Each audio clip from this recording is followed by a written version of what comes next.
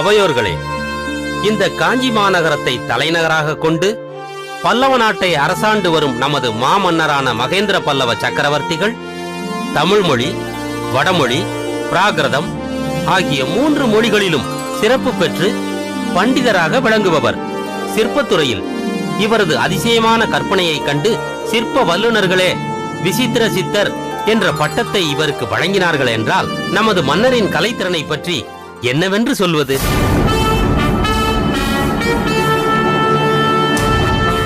ஏழு நரம்புகளுடைய பரிவாதினி என்னும் வீணையை அபூர்வமாக கையாளும் திறமை பெற்ற இவர் சங்கீர்ண ஜாதி தாளத்தை அதிசயமாக கையாளும் வல்லமை பெற்றவர். சங்கீர்ண ஜாதி பிரகரணர் என்ற பட்டமும் வழங்கப்பட்டவர். அமைச்சரே, மன்னா, இப்பொழுது இதையெல்லாம் எதற்கு இங்கு சொல்லிக் கொண்டிருக்கிறீர்கள்? இவையெல்லாம் அவையில் உள்ளவர்களுக்கு தெரிந்ததுதானே? அதனால் என்ன மன்னவா? எங்கள் மாமன்னரின் புகழை எத்தனை முறை கூறினாலும் அத்தனை முறையும் தேனில் ஊறிய பலாச்சுளை போன்று தித்திக்கக்கூடியதல்லவா? வழக்கமாக வருபவர்களோடு புதியவர்கள் சிலரும் இன்று இங்கு நடக்கவிருக்கும் சமய விவாதத்தில் பங்கு கொள்வதற்காக வந்திருக்கிறார்கள். அவர்களுக்கும் தங்களை பற்றி தெரிய வேண்டாமா? அப்படி தாங்கள் யாரை சொல்கிறீர்கள்? வணக்கம் மன்னவா. எனது பெயர் ஆத்மானந்தர். நானும் திருவதியிலிருந்து வந்திருக்கும் எனது சீடனான கங்காதரனும் தல யாத்திரை மேற்கொண்டு இங்கு வந்துள்ளோம். இதேபோல் மற்றும் சிலர் இங்கு வந்துள்ளார்கள். ஆனால் எங்களுக்காக அமைச்சர் தங்களை பற்றி இவ்வளவு விரிவாக கூற வேண்டும் என்பதில்லை. இவ்வளவு சொல்லியும் இன்னும் அவர் சொல்லாதவை உண்டு என்பதை நாங்கள் அறிவோம். எதை சொல்கிறீர்கள்? மத்தவிலாசம் என்ற பாடலை எழுதியதால் மாமன்னருக்கு மத்தவிலாசர் என்ற ஒரு பெயரும் உண்டல்லவா? சமண சமயத்தை ஏற்றுக்கொண்டவரானாலும் சகல சமயங்களை சமமாக நடத்தி விவாதங்கள் நடத்துவதால் குணபரன் என்ற பெயரும் கொண்டவரல்லவா? பொருத்தமாக சொன்னீர்கள். இனி சமய விவாதத்தை தொடங்கலாம். மன்னவா, உலகாயுதம் என்பது பற்றி பேச வந்திருக்கிறேன். நாங்கள் இறைவன் என்பதையோ ஆத்மா என்பதையோ ஏற்பதில்லை. உதாரணத்திற்கு சொல்ல வேண்டுமென்றால் பாக்கு, வெற்றிலை, சுண்ணாம்பு இந்த 3ம் சேரும் போது அதில் இல்லாத சிகப்பு நிறம் தோன்றுவது போல் நிலம், நீர், நெருப்பு, காற்று ஆகியவற்றின் சேர்க்கையால் உருவாகும் உடலுக்கு உணர்வும் அறியும் சக்தியும் ஏற்படுகிறது என்பது எங்களது கொள்கை. மன்னவா, வெற்றிலை முதலானவற்றால் மட்டும் சிவப்பு வருவதில்லை. அதை கூட்டுவோன் ஒருவன் இருந்தால்தான் அது நடக்கும். அதேபோல் பூதங்களின் சேர்க்கை என்பதும் தானாக நடக்காது. அவற்றை இணைக்கும் கர்த்தாவாக இறைவன் ஒருவர் வேண்டும். மன்னா, நான் சாங்கியம் பற்றி பேச வந்திருக்கிறேன். எது மாற்றமடைகிறதோ அது அறிவுள்ள பொருள் ஆகாது. அதே சமயம் அறிவே சொரூபமானது, மாற்றமடையாது. இதையே நாங்கள் புருஷ் பிரகிருதி என்கிறோம். சற்று பொறுங்கள். அறிவே சொரூபமானது, மாற்றமடையாதது என்கிறீர்களே, மனிதன் அறிவுள்ளவனா இல்லையா? அறிவுள்ளவன்தான். இல்லையேல் இவ்வளவு அற்புதங்களை எப்படி நிகழ்த்த முடியும்?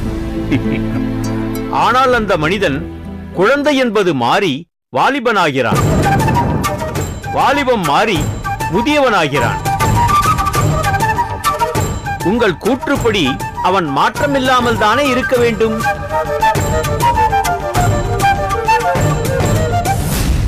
அடே குருவே, இந்த சைவன் சாமர்த்தியமாக பேசுகிறான். நம் சமணத்தை பற்றி தர்க்கமிடும் போது நம்மால் சமாளிக்க முடியாது போலிருக்கிறதே. கவலைப்படாதீர்கள் குருதேவா. நம் சமயத்திற்காக வாதம் செய்ய ஒருவர் வந்திருக்கிறார். யார் அது? நேரில் வரும்போது அவர் யார் என்பதை தாங்களே தெரிந்து கொள்வீர்கள். மன்னவா, சாங்கியம், யோகம், நியாயம், பைரவம், மீமாம்சை, வேதாந்தம், சித்தாந்தம் ஆகியவை வேதங்களையும் உபனிஷதங்களையும் ஏற்றுக்கொண்டவை. வேதங்களே நம் வாழ்வின் ஆதாரங்கள். ஏனென்றால் அவைதான் ஆன்மாவின் தன்மையையும் நாம் இந்த உடல் அல்ல, அழிவற்ற ஆன்மா என்றும் தெளிவாக உரைக்கின்றன. இந்த உலகம் ஒரு மாயை. அதை அனுபவிப்பதற்காக ஆன்மா ஒரு உடலை எடுத்துக்கொண்டு இங்கு பிறப்பெடுக்கிறது. அது தன்னை உணரும் வரை பிறந்து பிறந்து இறக்கிறது. பிறவிகளின் போது செய்யும் கர்ம வினைகளுக்கு ஏற்ப உடல் எடுத்து இன்ப துன்பங்களை அனுபவிக்கிறது.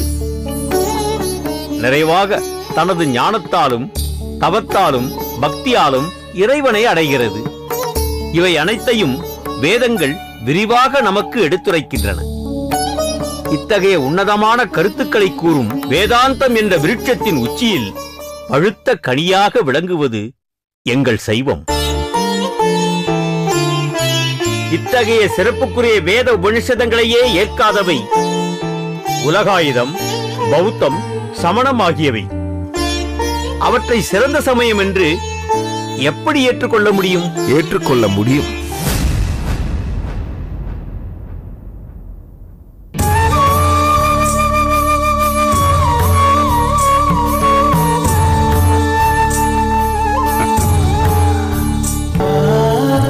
வாருங்கள் சுவாமி.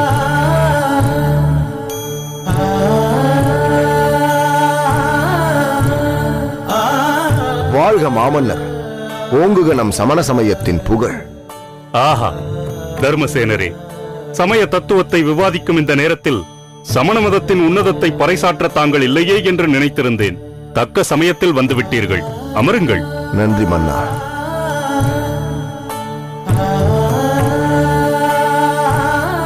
ஆத்மானந்தரே, இவர் தர்மசேனர். ஒரு குருவாக இருந்து எங்களுக்கெல்லாம் சமண மதத்தை போதித்துக் கொண்டிருப்பவர். ஆத்மானந்தரே, வேதத்தை ஏற்காதவை சிறந்த சமயம் அல்ல, ஏற்றுக்கொண்டவையே சிறந்தவை என்றால் அவற்றுக்குள்ளேயே முரண்பட்ட கருத்துக்கள் ஏன் வந்தன? வேதத்தை ஏற்கும் சாங்கியம் ஏன் இறைவன் இல்லை என்கிறது? மீமாம்சை ஏன் கடவுள் உண்டு என்பது பொய் என்கிறது? அதனால் வேதத்தை ஏற்றவை எவை, ஏற்காதவை எவை என்பது முக்கியமல்ல. மனிதனுக்கு உன்னதமான நிலையை தருவது எவை என்பதுதான் முக்கியம்.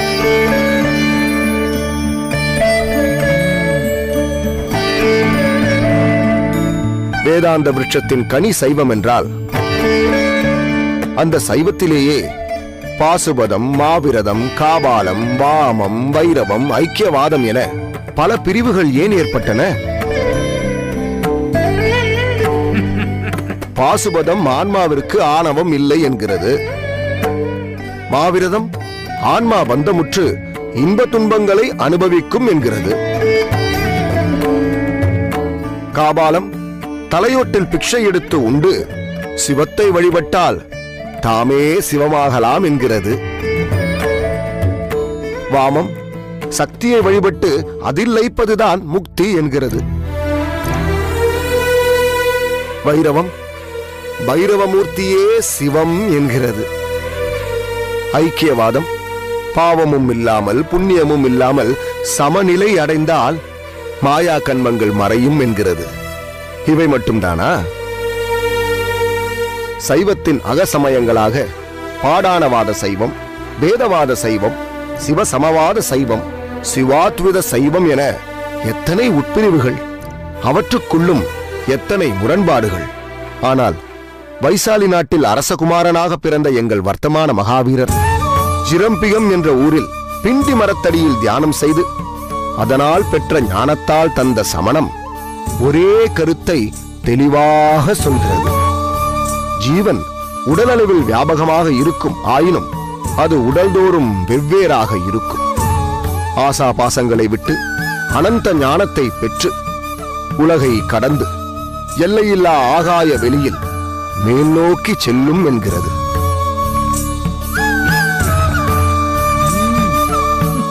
அதனால் தான் சமணம் உயிரை கொல்லா அகிம்சை நோன்பை ஏற்றுக்கொள்ள வேண்டும் என்கிறது.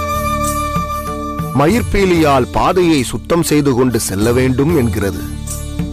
எதையும் ஏற்கும் திடசித்தத்தை பெற வேண்டும் என்பதற்காக சூடான பாறையில் படுத்து கிடந்து தலைமுடியில் இருக்கும் ஒவ்வொரு முடியாக பறித்து எடுத்து அதை எந்த சலனமும் இல்லாமல் தாங்கிக் கொண்டு தன்னைத்தானே வருத்திக் கொள்ள வேண்டும் என்பதை நெறிமுறைகளாக வகுத்திருக்கிறது. மொத்தத்தில் உடல் எனும் மண்குடத்தில் ஒழுக்கம் எனும் நீரை நிரப்பி நந்தவனமாகிய உயிரை பாதுகாத்து வளர்த்து முக்தி எனும் மலரை பெற வேண்டும் என்பதே எங்கள் சமயத்தின் உயர்ந்த நெறியாகும். அதனால் சமண மதத்தை விட உயர்ந்த மதம் வேறு ஒன்றுமில்லை. என்ன ஆத்மானந்தரே, தர்மசேனரின் வாதத்தை எதிர்த்து உங்கள் கருத்து என்ன? கங்காதரா, சுவாமி, நீர் கொடு.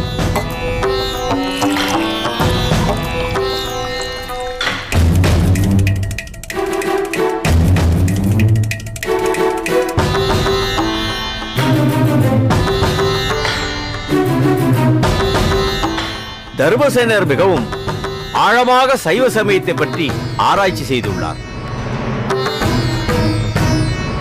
அவருடைய கருத்துக்கு நான் எதிர்வாதம் செய்ய வேண்டும் என்றால் எனக்கு சற்று கால அவகாசம் தேவை. அப்படியானால் இன்றைய விவாதத்தில் தர்மசேனர் வெற்றி பெற்று விட்டார் என்று அறிவித்து விடலாமா? அறிவித்து விடலாம்.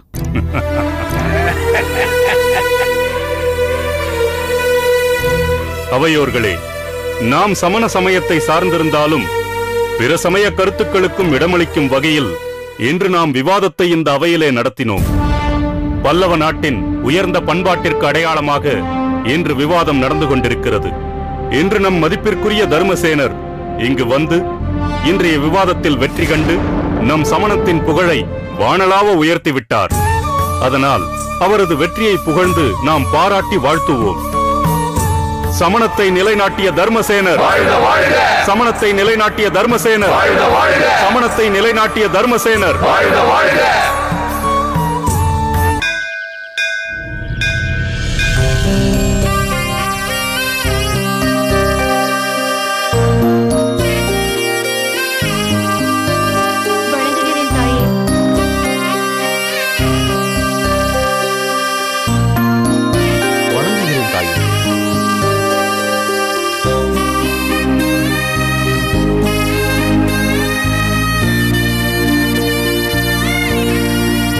கங்காதரா, சுவாமி, அந்த அம்மையார் யார்? அனைவருமே அவரை பக்தியோடு பணிகிறார்களே. அவரை பற்றி தாங்கள் அறியாததால் தான் இப்படி கேட்கிறீர்கள். ஏன்? அவர் பெயர் திலகவதி. திருவாரூரில் வேளாளர் குலத்தில் பிறந்தவர். புகழனார்க்கும் மாதினியாருக்கும் மகளாக பிறந்தவர்.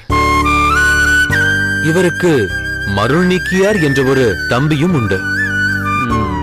குமரி பருவத்தில் மன்னரிடம் சேனாதிபதியாக பணியாற்றிய கலிப்பகையாருக்கும் இவ்வம்மையாருக்கும் மனம் முடிக்க முறைப்படி பேசி திருமண நாளும் குறித்தார்கள். அந்த நேரத்தில் போர் மூண்டுவிட அந்த போரில் கலிப்பகையார் மரணமடைந்து விட்டார். விதி வலியது. அதன்பின் என்னவாயிற்று? தனக்கு மனம் பேசப்பட்ட நாளிலிருந்து கலிப்பகையாரை தன் கணவராகவே ஏற்றுக்கொண்ட திலகவதியார் அவர் மரணமடைந்ததால் தாமும் உடன்கட்டை ஏறி உயிரை விட தீர்மானித்தார். ஆனால் சிறு பிள்ளையான மருள்நீக்கியார் தாய் தந்தையாரை இழந்த தனக்கு தமக்கையும் இல்லையென்றால் அவருக்கு முன் தானே மடிவேன் என்றார். அதனால் தனது எண்ணத்தை மாற்றிக்கொண்டு தன் தம்பிக்காகவே உயிர் வாழ்ந்தார் தமக்கை திலகவதியார். ஆனால் வளர்ந்து வாலிப பருவம் அடைந்த மருள்நீக்கியார் சைவகுலத்தில் பிறந்தும் சமணத்தை நாடிச் சென்று விட்டார்.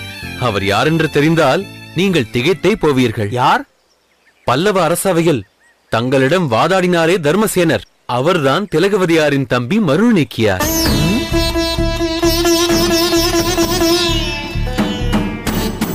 ஆச்சரியமாக இருக்கிறதே. சிவப்பழமாக விளங்கும் திலகவதி அம்மையாரின் தம்பியா அவர்? இதென்ன விபரீதம்? விபரீதம்தான். தன் தம்பியின் மாற்றத்தால் மனம் நொந்த திலகவதி அம்மையார் திருவாரூரை விடுத்து இந்த திருவதிகைக்கு வந்து சேர்ந்தார். திருக்கோயிலுக்கு அருகிலேயே ஒரு ஆசிரமத்தை அமைத்துக் கொண்டு இறைவனுக்கு தொண்டு செய்கிறார். அவரை நாம் அவசியம் சந்திக்க வேண்டும். வாருங்கள் சுவாமி. வணங்குகிறேன் தாயே. வணங்குகிறேன் தாயே.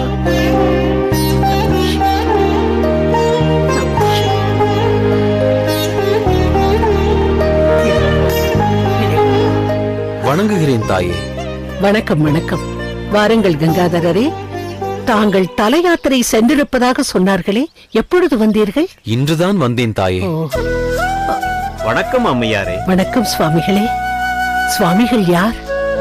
இவர் எனது குருநாதர் ஆத்மானந்த சுவாமிகள். சுவாமிகளோடுதான் நான் தல யாத்திரை சென்றிருந்தேன். சைவ தத்துவங்களை கசடர கற்ற இவர் அதை உறுதியாக கடைபிடிப்பவர், திறமையாக வாதாடக்கூடியவர். அப்படியா? உங்களை சந்தித்ததில் நான் மிகவும் மகிழ்ச்சி அடைகிறேன். எனக்கும் தங்களை சந்தித்ததில் மிகுந்த மனநிறைவு ஏற்படுகிறது தாயே. இந்த தல யாத்திரையில் எனக்கு நேர்ந்த சங்கடமான ஒரு அனுபவத்தை தங்களிடம் சொல்லியாக வேண்டும். ஏன், என்ன நேர்ந்தது? பல்லவ மன்னரின் அரண்மனையில் அவரது அரசவையிலே ஒரு சமயவாதம் நடந்தது. அதில் நான் சிறப்பாக வாதாடினேன் என்றாலும் அங்கு வந்திருந்த ஒரு சமணத் துறவியிடம் தோற்றுவிட்டேன் தாயே. அது முதல் என் மனம் ஆறவில்லை. என்னால் சைவத்திற்கு இழுக்கு நேர்ந்து விட்டதே என்று நினைத்து நினைத்து வேதனைப்பட்டுக் கொண்டிருக்கின்றேன். அன்று அங்கு தோற்றது நீங்களாக இருக்கலாம். அதற்காக சைவமே தோற்றுவிட்டது என்று ஏன் கருதுகிறீர்கள்? சைவத்தின் மேல் சமயம் வேறில்லை, அதில் சார் சிவமாம் தெய்வத்தின் மேல் தெய்வம் வேறில்லை என்றுதானே சான்றோர்கள் போற்றுகின்றார்கள். இப்படி ஒரு சங்கடத்தை ஏற்படுத்தியதன் மூலம் இறைவன் ஏதோ ஒரு திருவிளையாடலை நடத்தப் போகிறான் என்பதை உணருங்கள். தாயே, அங்கு இவர் யாரிடம் வாதிட்டு தோற்றால் என்பதை அறிந்தால் தாங்கள் திகைத்தே போவீர்கள். யாரிடம்? தங்கள் தம்பியான தர்மசேனர் என்ற மருள் நீக்கியாரிடம்தான். சைவத்தில் தழைத்தோங்கும் தங்களுக்கு இப்படி ஒரு தம்பி இருப்பது எனக்கு மனவேதனை அளிக்கிறது. தங்களிடம் வாதாடியது மருள் நீக்கியா? ஆம். அவன் தர்மசேனன் என்ற பெயரோடு சமண குருவாக வாழ்ந்து கொண்டிருக்கிறான் என்பது எனக்கு தெரியும். சமணர்களால் பாடாளி புத்திரம் என்று சொல்லப்படும் திருப்பாதிரி புலியூரில் அல்லவா அவன் வாழ்ந்து கொண்டிருக்கிறான். பல்லவ நாட்டு அரசவைக்கு அவன் எப்படி வந்தான்? பல்லவ சக்கரவர்த்தி சமண சமயத்தை சார்ந்தவர்தானே தாயே. அவரை காண புகழ்பெற்ற சமண குருமார்கள் வருவது இயல்புதானே. அப்படித்தான் சுவாமிகள் சென்றிருந்த அந்த நேரத்தில் அவர்களும் அங்கு வந்திருந்தார்கள். தாயே, வழி வழியாக ஈசனை வழிபடும் சைவ குலத்தில் பிறந்த ஒருவர் இப்படி புறசமயத்தை சார்ந்திருக்கலாமா? திருவதிகை பெருமானுக்கு தொண்டு செய்வதற்காகவே இங்கு வந்து வாழ்ந்து கொண்டிருக்கும் தங்களின் தம்பி இப்படி மாறுபட்டு நடக்கலாமா? சைவத்தின் சிறப்பு மேலோங்கி நின்ற தமிழகத்தில் சமணம் வேரூன்ற நம்மிடமிருந்தே சென்ற ஒருவர் காரணமாக இருக்கலாமா? சிவசிவா என்று சொன்ன நாவினால் சிவத்தை இழித்தும் பழித்தும் பேசலாமா? அவர் இப்படி பேசிக் கொண்டிருப்பதை இனியும் எத்தனை காலம்தான் பொறுத்துக் கொண்டிருக்கப் போகிறீர்கள்? இல்லை இல்லை, இதற்கு மேலும் இந்த நிலையை என்னால் சகித்துக் கொண்டிருக்க முடியாது. இன்று வரை என் தம்பி என்னை விட்டு பிரிந்து சென்று இப்படி ஆகிவிட்டானே என்று வருந்தி இருக்கிறேனே தவிர அவன் இந்த அளவுக்கு சென்று விட்டான் என்பதை அறியாமலே இருந்து விட்டேன். இனியும் இந்த நிலை நீடிக்க கூடாது. இப்பொழுதே சென்று இறைவனிடம் முறையிடுகிறேன். பிற சமய படுகொழியில் வீழ்ந்து கிடக்கும் என் தம்பியை கை கொடுத்து காப்பாற்றுங்கள் என்று வேண்டி கதறுகிறேன். திரிபுரங்களை எரித்ததற்கு அடையாளமாக திருவீராட்டான மூர்த்தி என்று பெயர் கொண்டு திருவதிகையிலே எழுந்தருளி இருக்கும் எம்பெருமான் என் இளவலின் இதயத்திலே புகுந்து புற சமய கருத்துக்களை எரித்து மீட்டுக் கொண்டு வரமாட்டாரா என்ன? அவரிடமே கேட்கிறேன். அனுதினமும் நான் வணங்கும் அதிகை பெருமானிடமே கேட்கிறேன். அதிகை பெருமானிடமே கேட்கிறேன். அதிகை பெருமானிடமே கேட்கிறேன். அதிகை பெருமானிடமே கேட்கிறேன். இறைவா,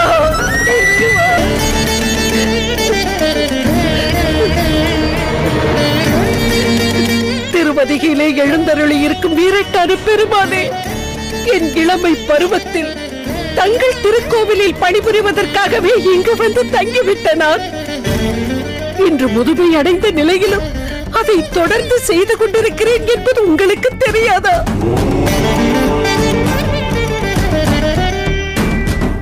என்னை பெற்றவர்களை இழந்து எனக்கு மனம் பேசப்பட்டவரும் மடிந்து யாருக்காக உயிர் வாழ நினைத்தேனோ அந்த தம்பியையும் பிரிந்து அனாதையாகிவிட்ட நிலையில் நீயே கதி என்று உன்னை சரணடைந்தேன். அது உனக்கு தெரியாதா? இத்தம்பி சிவநெறியில் நிலை பெற்று நிற்க வேண்டும் என்பதற்காகவே அவனுக்காகவே உயிர் வாழ்ந்தேன். ஆனால் சைவத்துக்கு மாறாக சென்ற அவன் இன்று ஒரு பெரும் சபையில் உன்னையே அவமதித்து பேசினான் என்பதை கேட்கும் போது என் உடல் பதறுகிறது. இதையெல்லாம் கேட்ட பிறகும் நான் உயிர் வாழ வேண்டுமா என்று என் உள்ளம் துடிக்கிறது. அவனை மீண்டும் மனமாறச் செய்து தங்கள் புகழை பேசும் அடியவனாக மாற்ற தங்களை தவிர வேறு யாரால் முடியும்? அட்ட வீரட்டானங்களில் திரிபுரங்களை எரித்ததற்கு அடையாளமாக அமைந்ததுதான் திருப்பதிகை என்னும் திருத்தலம் என்றார்கள். முப்புறம் என்பது மும்மல காரியம், அப்புறம் எரிந்தவை யார் அறிவாரோ என்றார் திருமூலர். மும்மலங்களாகிய ஆணவம், கண்மம், மாயை என்பவற்றில் சிக்கி என் தம்பி மாயையின் படுகொழியில் விழுந்து முன் செய்த கர்மாவின் விளைவை ஏற்று ஆணவம் கொண்டவனாக மாறி தங்களையே தூற்றுகிறானாமே. இனியும் இந்த நிலை தொடராமல் உடனே அவரை மாற்றுங்கள். எந்த வகையிலாவது என் தம்பியை அவநெறியில் வீழாமல் சிவநெறியில் வாழும்படி செய்யுங்கள். அவனை காப்பாற்றுங்கள் சுவாமி, அவனை காப்பாற்றுங்கள். அறக்கருணையோ மரக்கருணையோ ஏதேனும் ஒரு வழியில் அவனுக்கு அருள் புரியுங்கள் இறைவா, அருள் புரியுங்கள், அருள் புரியுங்கள், அருள் புரியுங்கள்.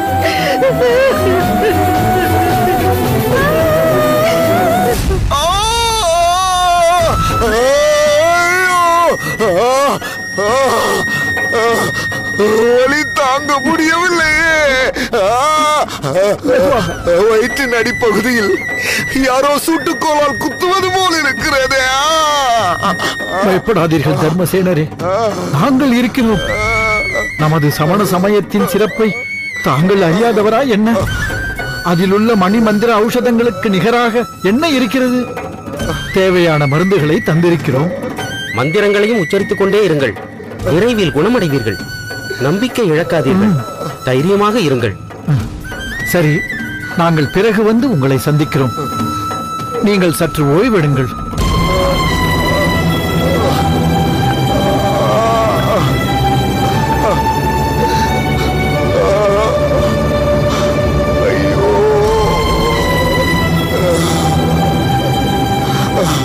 தாங்க முடியவில்லையே.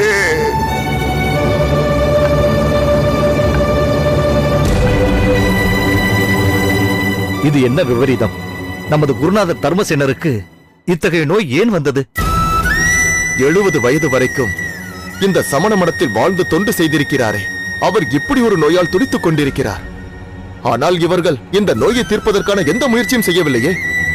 ஏன் இப்படி சொல்கிறாய்? அவர்களுக்கு தெரிந்த மந்திரங்களை எல்லாம் பயன்படுத்தி ஏதேதோ செய்து கொண்டுதானே இருக்கிறார்கள். ஆனால் என்ன பயன்? நோயின் வீரியம் குறையவில்லையே. நிலைமை இப்படியே போய்க் கொண்டிருந்தால் இதற்கு என்னதான் தீர்வு? ஒரே ஒரு தீர்வுதான் இருக்கிறது.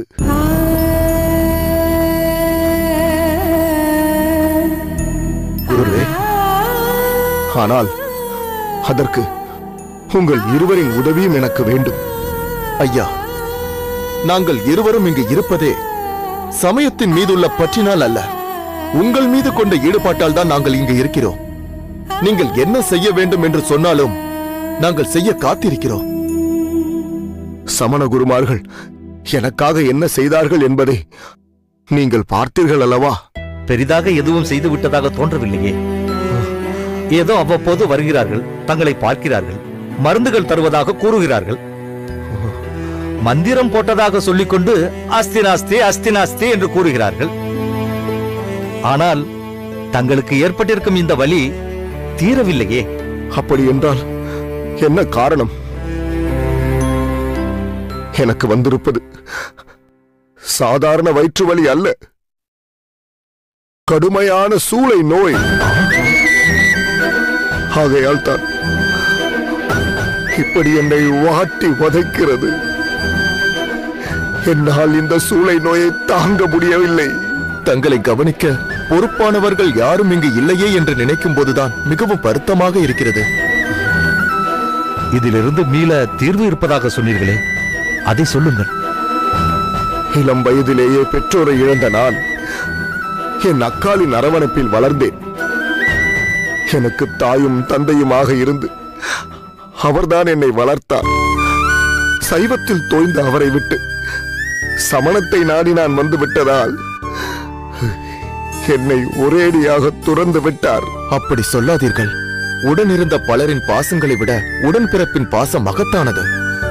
அவர் ஒவ்வொரு நாளும் தங்களை நினைத்து தவித்துக் கொண்டுதான் இருப்பார். ஆனால் என்னை பார்க்க வேண்டும் என்று ஒரு நாள் கூட அவர் இங்கு வரவில்லை. புறசமயம் நாடி வந்து அவர்களுக்காகவே வாழ்ந்து கொண்டிருக்கும் உங்களை அவர் எப்படி தேடி வருவார்? தாங்களாகத்தான் இங்கு வந்தீர்கள், தாங்களாகத்தான் அங்கு போக வேண்டும். ஆமாம் ஆமாம், அதைத்தான் நானும் நினைத்தேன். என் நிலையை சொல்லி அனுப்பினாலும் என் அக்காள் இங்கு நிச்சயம் வரமாட்டார். அதனால் நான் தான் அங்கு போக வேண்டும்.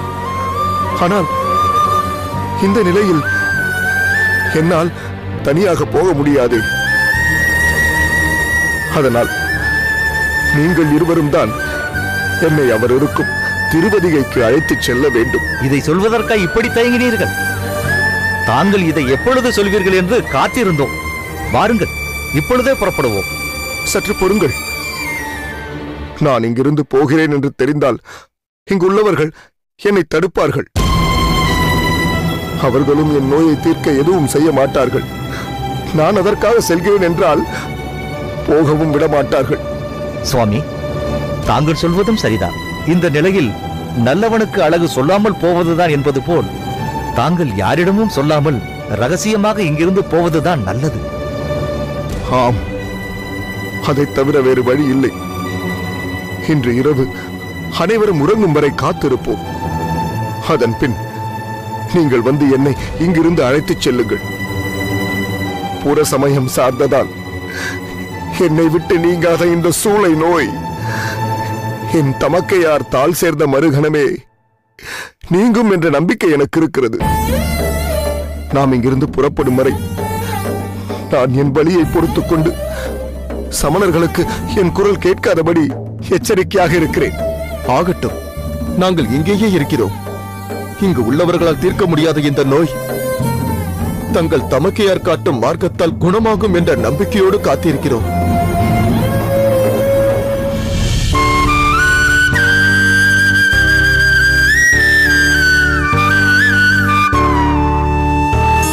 தாயே, தாயே! வா கங்காதரா, ஏன் இப்படி பரபரப்போடு ஓடி வருகிறாய்? தாயே, தங்கள் கோரிக்கை நிறைவேறிவிட்டது. எதை பற்றி சொல்லுகிறாயப்பா? தாயே, இங்குள்ள அனைவருக்கும் தங்கள் வரலாறு தெரியும். தங்களை விட்டு பிரிந்து சென்ற தங்கள் தம்பியை பற்றி நினைத்து தாங்கள் எந்த அளவிற்கு வருந்துகிறீர்கள் என்பதும் தெரியும். சில நாட்களுக்கு முன் தங்களையும் மீறி என் தம்பியை காப்பாற்றுங்கள் என்று சன்னதியில் நின்று கதறினீர்களே, அதைக் கண்டு எங்கள் கண்களிலும் கண்ணீர் பெருகியது. ஆமா, அதற்கென்ன? இறைவன் தாங்கள் வேண்டியதை அருள் புரிந்து விட்டார். உங்கள் தம்பியார் இங்கு வந்து கொண்டிருக்கிறார். என்னப்பா சொல்கிறார்? உண்மையைத்தான் சொல்கிறேன் தாயே. தங்கள் தம்பியாரை இருவர் கைத்தாங்கலாக அழைத்து வருகிறார்கள். தாங்கள் இந்த நேரத்தில் இங்குதான் இருப்பீர்கள் என்று கூறிவிட்டு தங்களிடம் அதை சொல்ல ஓடோடி வந்தேன். வீரட்டான ஈஸ்வரா, அதிகை பெருமாதி, உன் கருணையே கருணை, உன் கருணையே கருணை. அக்கா,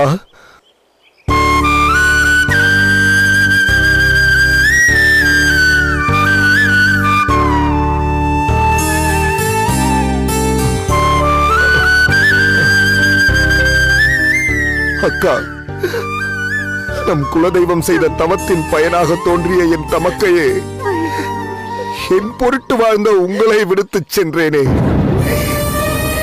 தாங்கள் காட்டிய சிவனரியை விடுத்து புறசமயம் நாடிச் சென்றேனே. அதன் விளைவுதான் இன்று சூளை நோயாக வந்து என்னை தண்டிக்கிறது அக்கா. என்னப்பா சொல்கிறாய்? உனக்கு சூளை நோயா? அதனால் தான் இப்படி துடிக்கிறாயா? ஆமாம் அக்கா, அடி வயிற்று குடலை எல்லாம் முறுக்கிக் கொண்டு சூளை நோய் என்னை வருத்துகிறது. வடமுகாக்கி நெருப்புதான் என் வயிற்றில் புகுந்ததா, அல்லது கொடிய நாகம் கடுமையாக தீண்டி விட்டதா என்னவென்று எனக்கு தெரியவில்லை அக்கா. தாயே, அங்கிருந்த எல்லா புற சமயத்தாரும் எல்லாவித மந்திரங்களையும் செய்து பார்த்து விட்டார்கள். எதனாலும் பயனில்லை தாயே. அதற்கு பிறகுதான் இவர் என்னை என் தமக்கையாரிடம் கொண்டு போய் சேர்த்து விடுங்கள் என்று வேண்டினார். இவரை அழைத்துக் கொண்டு புறப்பட்டு இங்கு வந்தோம் தாயே. அக்கா, எனக்கு எது நேர்ந்தாலும் அது தங்கள் கண் முன்னே நடக்கட்டும் அக்கா. என் உயிர் பிரிவதானாலும் அது தங்கள் காலடியில் பிரியட்டும் என்று நான் வந்துவிட்டேன். அருமை தம்பி, நீ எந்த அளவுக்கு நொந்து போயிருக்கிறாய் என்பது நன்றாக தெரிகிறது. இருப்பினும் உனது துயரம் மீண்டும் நேரம் நெருங்கி விட்டது. உனக்குள் ஒரு மாற்றத்தை ஏற்படுத்தவே ஈசன் இப்படி ஒரு திருவிளையாடலை புரிகிறார் என்று தெரிகிறது. அக்கா, உங்கள் வாக்கு எனக்கு பெரும் நம்பிக்கையை ஏற்படுத்துகிறது. இனி தாங்கள் காட்டும் பாதையில் செல்ல நான் காத்திருக்கிறேன் அக்கா.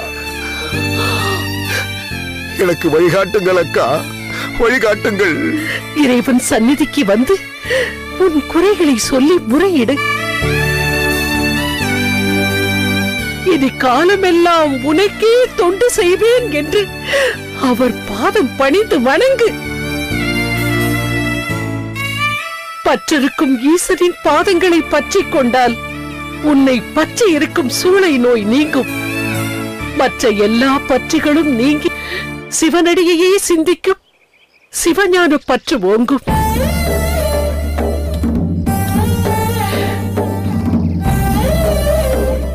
முதலில் இந்த திருநீற்றை பெற்றுக்கொள்.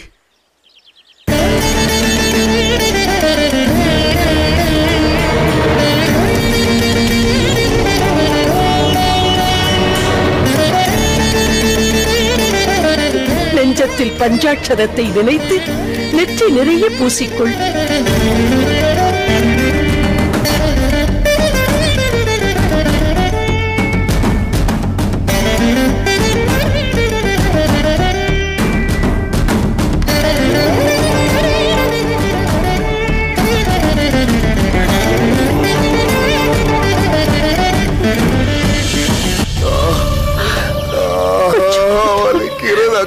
இதோ வந்துவிட்டோம்.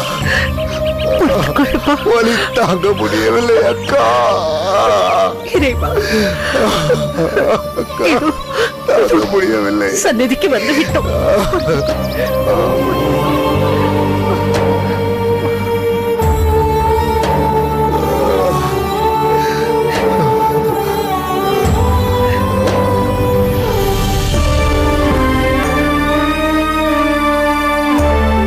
இறைவா, என் பெருமானே, என் வேண்டுகோளை ஏற்று மீண்டும் என் தம்பியை என்னிடமே கொண்டு வந்து சேர்த்து விட்டாயா?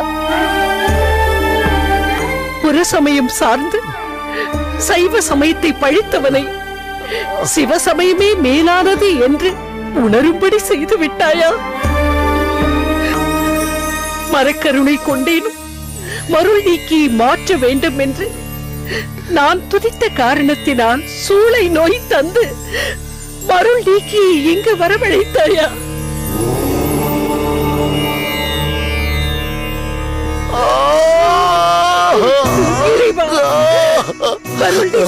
முடியவில்லை, என்னால் தாங்கிக் கொள்ள முடியவில்லை அக்கா. எந்த காரணத்தினால் என் தம்பிக்கு இந்த நிலை ஏற்பட்டிருந்தாலும் இவன் துடித்துக் கொண்டிருக்கும் காட்சியை என்னால் காண முடியவில்லையே அப்பா. தானாடாவிட்டாலும் தன் தசையாடும் என்பார்களே, இப்படி என் தம்பி உடல் வேதனையில் தவிப்பதை கண்டு என் உள்ளம் வேதனையால் தவிக்கிறது. அருள் புரியுங்கள் பிரபு, அவன் நோயை தீர்த்து அருள் புரியுங்கள் சுவாமி, அருள் புரியுங்கள் சுவாமி, அருள் புரியுங்கள், அருள் புரியுங்கள். மருளைக்கு என் பெருமான் சந்நிதியில் நின்று என் குறையை தீர்த்தருள வேண்டும் என்று வேண்டிக் கொள்ளப்பா. புற சமயம் சார்ந்து சிவநிந்தனை செய்த குற்றத்தை பொறுத்தருள வேண்டும் என்று மனமுருகி பிரார்த்தனை செய்யப்பா.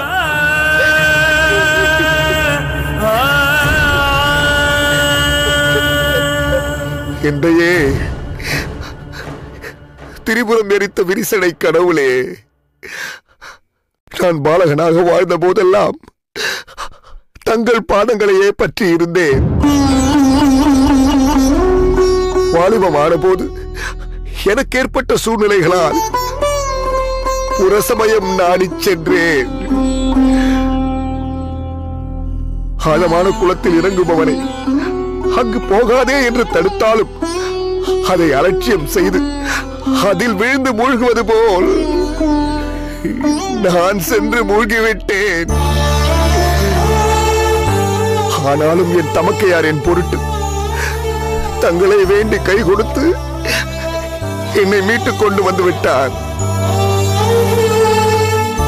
இனி நான் தங்களுக்கு சலம் பூவோடு பூசை செய்வதை மறக்க மாட்டேன். தமிழோடு இசைப்பாடல் பாடுவதை ஒரு காலம் மறக்க மாட்டேன். நன்மையோ தீமையோ, சுகமோ துக்கமோ, எது நடந்தாலும் உன்னை நான் மறக்க மாட்டேன் சுவாமி, உன்னை நான் மறக்க மாட்டேன்.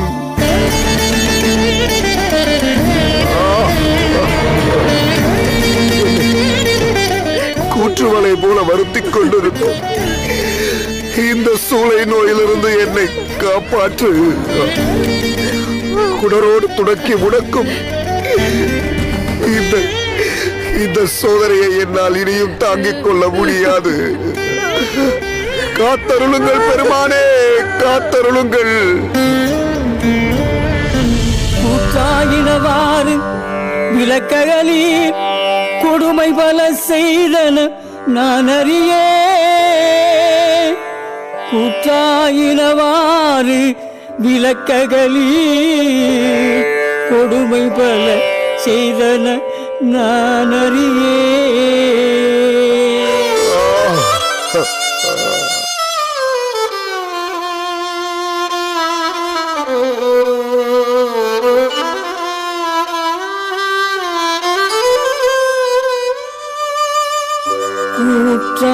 கூற்றாகினவாறு விளக்ககளீர்